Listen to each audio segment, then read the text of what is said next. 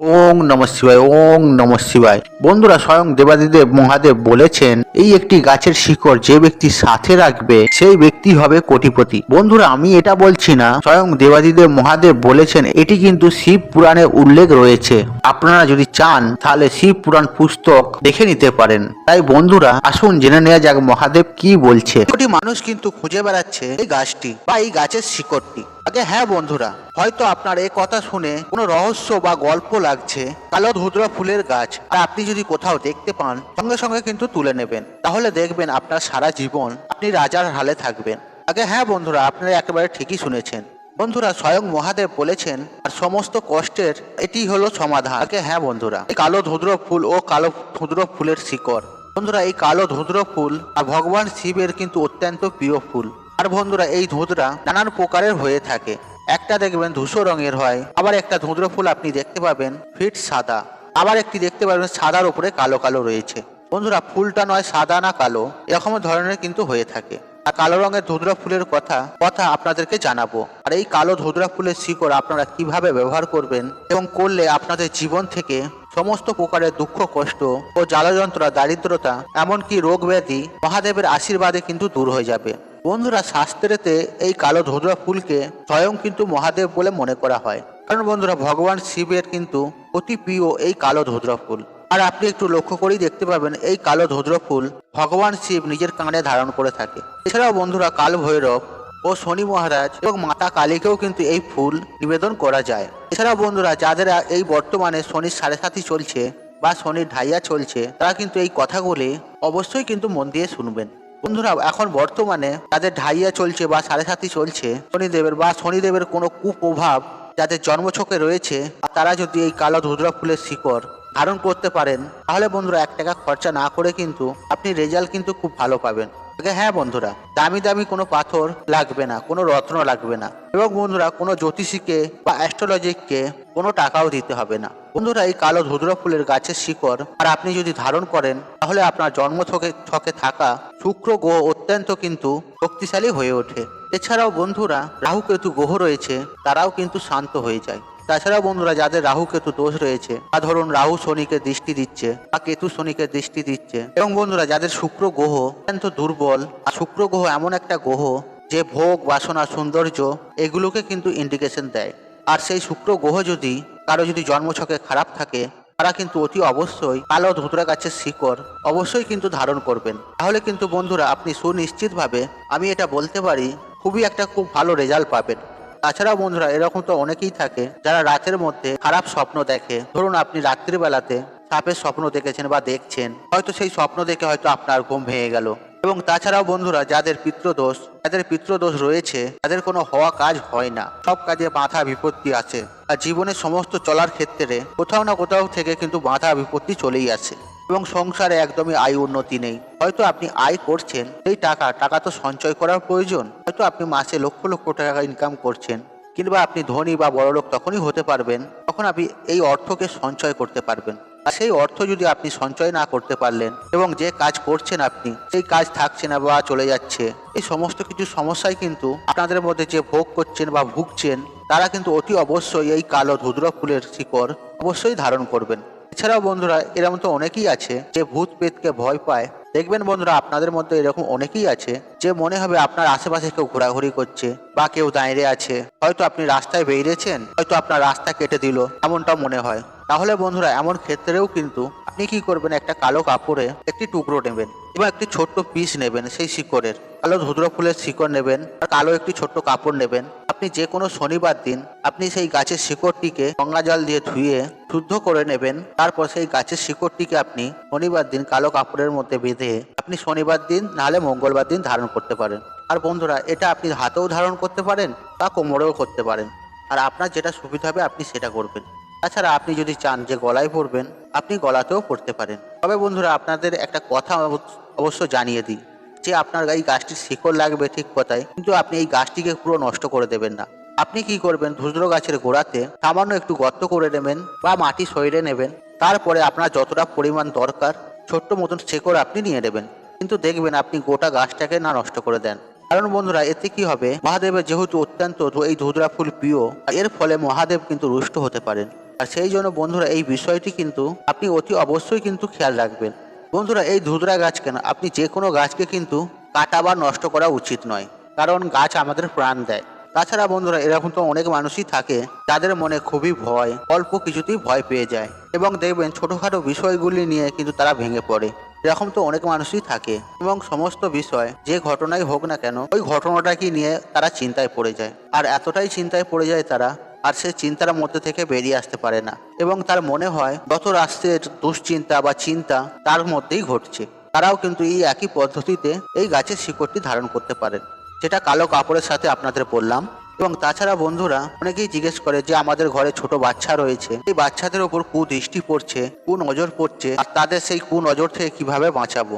এর জন্য শাস্ত্রে বহু রকম উপায় রয়েছে, কপালে তিলক রয়েছে, কিন্তু বন্ধুরা এই নজর দোষ যে রয়েছে এটা কাটানোর জন্য আপনি শনিবার দিনকে এই একই নিয়মে আপনি কিন্তু এই শিকড়টি ধারণ করতে পারেন কালো কাপড়ের সঙ্গে। এছাড়া বন্ধুরা যে সমস্ত মানুষের শারীরিক ও মানসিক শান্তি নিয়ে পরেশানি রয়েছেন, শান্তি পাচ্ছেন না, এই শান্তি নিয়ে দুশ্চিন্তায় আছেন, আপনি তাহলে এই কালো কাপড়ে এই ধুতরা গাছের শেকড় আপনি ধারণ করতে পারেন কালো কাপড়ে বেঁধে। আর একই নিয়ম আপনি হাতেও ধারণ করতে পারেন, কোমরেও পারেন, কিংবা গলাও করতে পারেন, কিন্তু আপনাকে কালো কাপড়ে বেঁধে ধারণ করতে হবে। বা আপনি কোনো কালো কাঠ দিয়েও পড়তে পারেন, যে কাপড় দিয়ে পড়তে হবে এমন কোনো মানে নেই। এছাড়া বন্ধুরা বাড়ির উপরে যাদের কুপ্রভাব রয়েছে, এখন বর্তমানে বন্ধুরা কি হয় যে আপনি একটু বেশি রোজগার করছেন, কেউ একটু কম রোজগার করছে, এর মধ্যে হিংসা হয়। আর সেক্ষেত্রে আপনাদের এই উপাচারটি বলে দিচ্ছি, তারাও কিন্তু এই শেকড়টি এই একইভাবে হাতে বা গলাতে ধারণ করতে পারেন। ধরুন কেউ আপনার উপরে হিংসা করে বা আপনার অনেক শত্রু রয়েছে, সেক্ষেত্রেও কিন্তু আপনি এই ধুতরা গাছের শিকড় আপনি ধারণ করতে পারেন। দেখুন বন্ধুরা আমি এক এক করে কি কি কাজে আপনি এটা পড়তে পারেন সেগুলো আপনাদের ঘরে জানাচ্ছি। বন্ধুরা একটা জিনিস, যে সমস্ত রত্ন হয়, যে পাথর হয়, বিভিন্ন গ্রহের পাথর বা তাবিজ, আর সেগুলো কিন্তু অনেক সময় ডুপ্লিকেট হয়, তাছাড়া অনেক টাকাও খরচা হয়। আর এত কিছু করার পরেও আপনি টাকা খরচা করলেন, সব কিছু করলেন, তারপর দেখবে আপনার কোনো কাজই হলো না। আসলে বন্ধুরা কি হয়, আপনি তো তার কাছ থেকে রত্ন নিয়ে নিচ্ছেন, আর আপনি তো নিজে জানেন না সেই রত্ন আদৌ কতটা সঠিক বা অরিজিনাল, বা আপনার জন্য কতটা পরিমাণ দরকার, আদৌ কি অতটা পরিমাণ দরকার। আর এরকম বিভিন্ন কারণ রয়েছে, আর সেই জন্য অনেক সময় কি হয় রত্ন কাজ করে না। আর আপনি যদি ভুল জিনিস পড়ে থাকেন, আর সেখানে কিভাবে কাজ হবে, কাজ হওয়ার জায়গায় সেটা বিপরীত হয়ে যায়। সেই জন্য বন্ধুরা আপনাকে কোনো টাকা খরচা করার দরকার নেই, আর আপনি খুব সহজেই ধুতরা গাছের শিকড় পেয়ে যাবেন।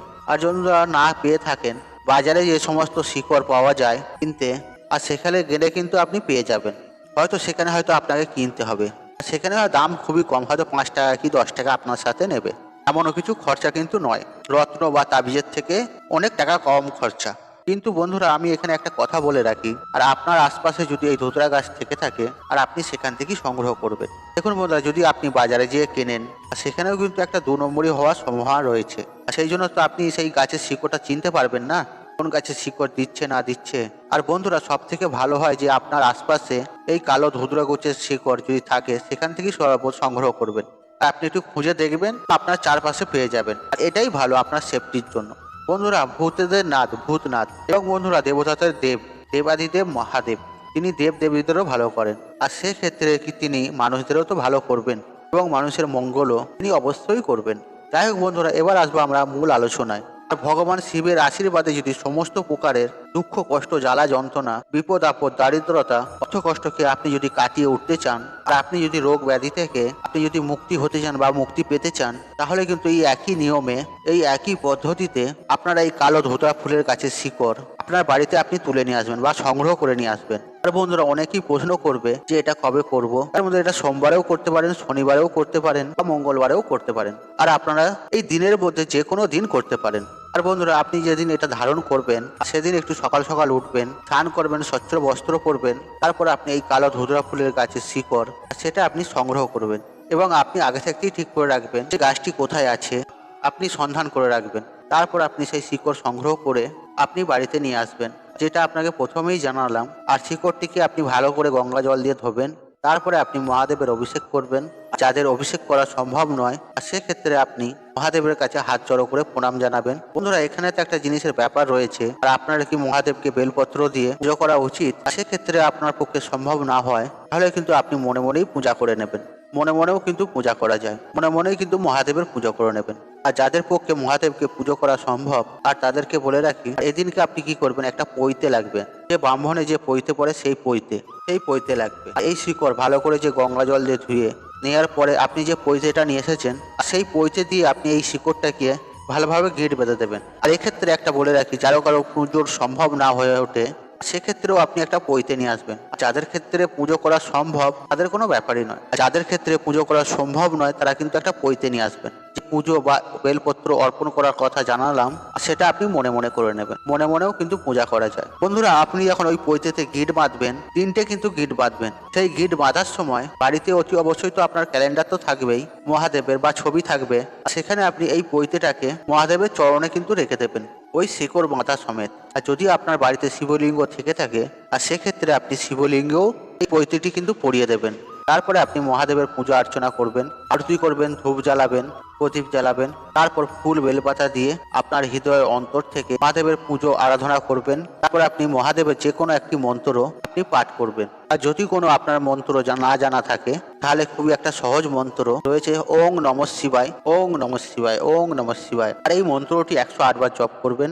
আর যদি 108 বার যদি সম্ভব না হয় আর সেক্ষেত্রে আপনি 21 বারও জপ করবেন, এবং যে আপনার মনস্কামনা রয়েছে সেটা আপনি মহাদেবকে জানিয়ে প্রণাম করবেন। এবং বন্ধুরা সবার শেষে পূজা আরাধনা যেমন হয়ে যাবে তখন আপনি সেই পৈতে শিকড়টাতে বাঁধা ছিল সেই পৈতেটি আপনি শিবলিঙ্গ থেকে তুলে, আর যাদের শিবলিঙ্গ নেই তার ক্যালেন্ডারের নিচে বা ছবির নিচে রাখবেন, সেখান থেকে তুলে আপনারা হাতে ধারণ করবেন। তা আপনাদের যতটা পরিমাণ দরকার ততটাই আপনি বাঁধবেন। আর ছেলেরা যদি হয়তো ডান হাতে আর মহিলারা যদি হয়তো বাঁ হাতে। তবে বন্ধুরা একটা কথা কিন্তু মনে রাখবেন, আপনি যেদিনকে এই উপাচারটি বা শিকড়টি ধারণ করবেন আপনি চেষ্টা করবেন আগের দিন নিরামিষ খাবার, আর যেদিনকে আপনি ধারণ করবেন আর সেদিনকে তো অতি অবশ্যই নিরামিষ খেতে হবে। আর বন্ধুরা একটা কথা কিন্তু মনে রাখবেন, এই শিকড়টি আপনি ধারণ করলেন, যতগুলো উপাচার আপনাকে জানালাম, আর এই শিকড়টি কিন্তু ধারণ করে মরা বাড়িতে বা কোনো অছুত বাড়িতে বা কারো বাড়িতে হয়তো সন্তান হয়েছে বা শ্মশানেতে এইসব জায়গাতে কিন্তু যাওয়া যাবে না কিন্তু। আর বন্ধুরা আপনি যদি এইসব স্থানে বা জায়গাতে যান তাহলে কিন্তু এই শিকড়ের যে গুণাগুণ সেটা কিন্তু নষ্ট হয়ে যাবে। তাতে এই বিষয়টি কিন্তু অতি অবশ্যই মাথায় রাখবেন, তাহলে বাবা মহাদেবের আশীর্বাদ অতি অবশ্যই পাবেন এবং আপনাদের জীবন থেকে সমস্ত প্রকারের দুঃখ কষ্ট দূর হয়ে জীবনে সুখ শান্তি সমৃদ্ধি অবশ্যই ফিরে আসবে। বন্ধুরা আজকের এই তথ্যগুলি যদি আপনাদের ভালো লেগে থাকে তাহলে ভিডিওতে একটি লাইক করবে, একটি কমেন্ট করবে, একটি শেয়ার করবে এবং বন্ধু বান্ধব আত্মীয়জনদের সাথে শেয়ার অবশ্যই করবে। আর আপনি যদি আমার চ্যানেল নতুন হয়ে থাকেন তাহলে চ্যানেলটি অবশ্যই সাবস্ক্রাইব করুন এবং পাশে থাকা নোটিফিকেশন অন রাখুন, কারণ এই রূপ নিত্য নতুন ভিডিও সবার আগে দেখার জন্য। ঈশ্বর আপনার মঙ্গল করুক, আপনি সুস্থ থাকুন, নিরোগ থাকুন, আপনার দিন মঙ্গলময় হোক। হরে কৃষ্ণ কৃষ্ণ কৃষ্ণ হরে